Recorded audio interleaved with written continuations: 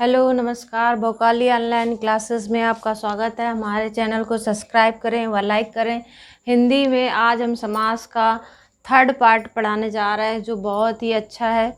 और ये UPSI, UP police, लेखपाल और यूपी टीटी या टीटी, सुपर टेट, सीटेक और यूपी पीसीएस या यूपीएससी व रेलवे जितने भी एग्ज़ाम होते हैं, बैंक क्लर्क या कोई भी एग्ज़ाम होता है, बैंक पीओ, हर एक में ये समास का 2, 3, 4 नंबर का ज़रूर ही आता है। इसलिए इसको हम बता रहे हैं। हमने उसमें से समास में से जो 4 मैंने बता दिए थे, 2 बाकी थे, वो अभी बता रहे हैं।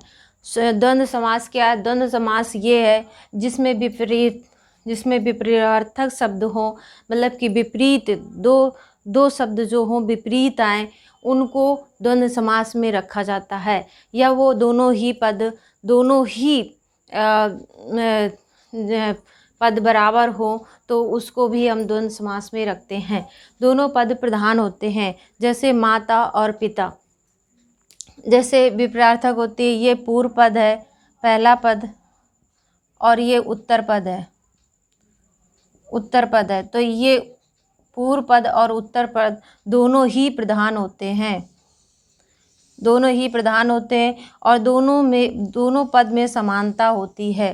तो ये जिस तरह से दोनों पद प्रधान होते हैं, दोनों पद में समानता होती है, उसको हम द्वंद्व समास कहते हैं। और द्वंद्व समास का उदाहरण होता है माता और पिता, पाप और पुण्य, दाल भात और आगे या पीछे, आचार विचार या स्त्री पुरुष, और कुछ भी, मतलब जो भी होते हैं वो मतलब कि दोनों आपस में बराबर होंगे या विपरीत होंगे, ये चीज़ होती है।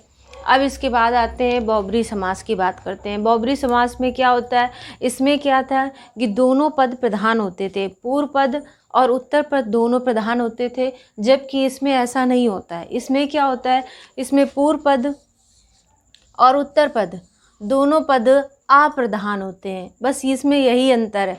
इसमें पूर्व पद व उत्तर पद प्रधान होते हैं, जबकि इसमें पूर्व पद और उत्तर पद अप्रधान होते हैं।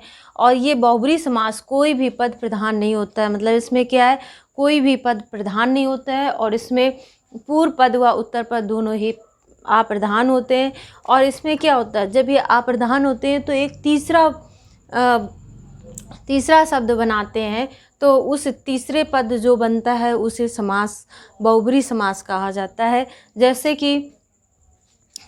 देख सकते हैं, अंशुमाली जो किरणों का माली हो, उसको अंशुमाली कहा जाता है, अर्थात सूर्य भगवान की बात कर रहे हैं यहाँ पे। दशानन जिसके 10 सिर हो, अर्थात रावण की बात की जा रही है। लंबोदर जिसका लंबा हो उदर, अर्थात गणेश भगवान की बात की जा रही है। पीतांबर पीला है जिसका वस्त्र, अर्थात भगवान कृष्ण या राम की बात करते हैं।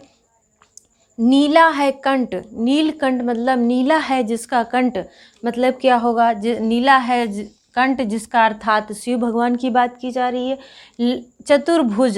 चतुर्भुज की बात करें तो जिसकी 4 भुजाएं हैं, अर्थात विष्णु भगवान की बात की जा रही है, ब्रह्मा भगवान की बात की जा रही है।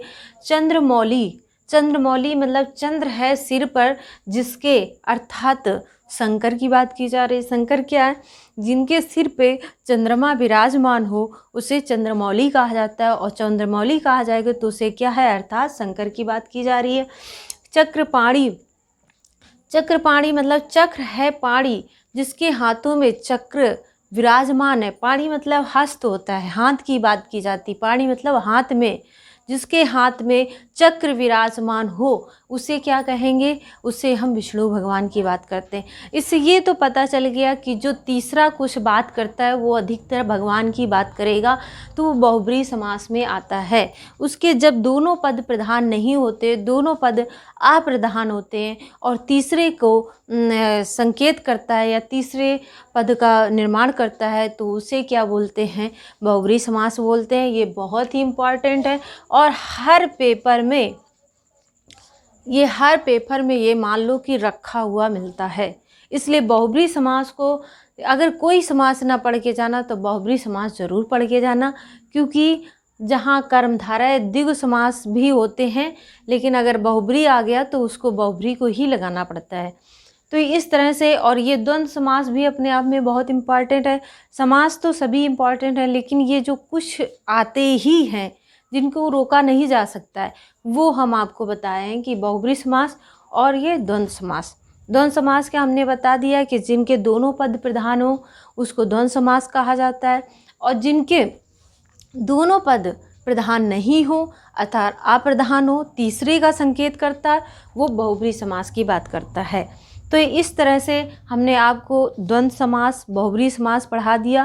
पहले मैंने अव्ययी भाव समास पढ़ाया और इसके बाद फिर तत्पुरुष समास पढ़ाया। इसके बाद हमने अव्ययी भाव में पहला पद प्रधान होता था, तत्पुरुष समास में दूसरा पद प्रधान होता था, द्विगु समास में संख्यावाचक होता था, और कर्मधारय समास में कर्म के ऊपर डिपेंड करता था कि जैसे नील है कंठ या नील गाय, तो वो गाय कैसी नीली है, तो यहाँ विशेषण की बात करता था, उपमेय उपमान की बात करता था, तो वो क्या होता था, कर्मधारय होता था। तो इस तरह से हमने पूरे आपको समास, आज का चैप्टर समाप्त हो गया, समास पढ़ा दिया। इसके बाद अब रीजनिंग पढ़ाएंगे। थैंक यू, नमस्कार।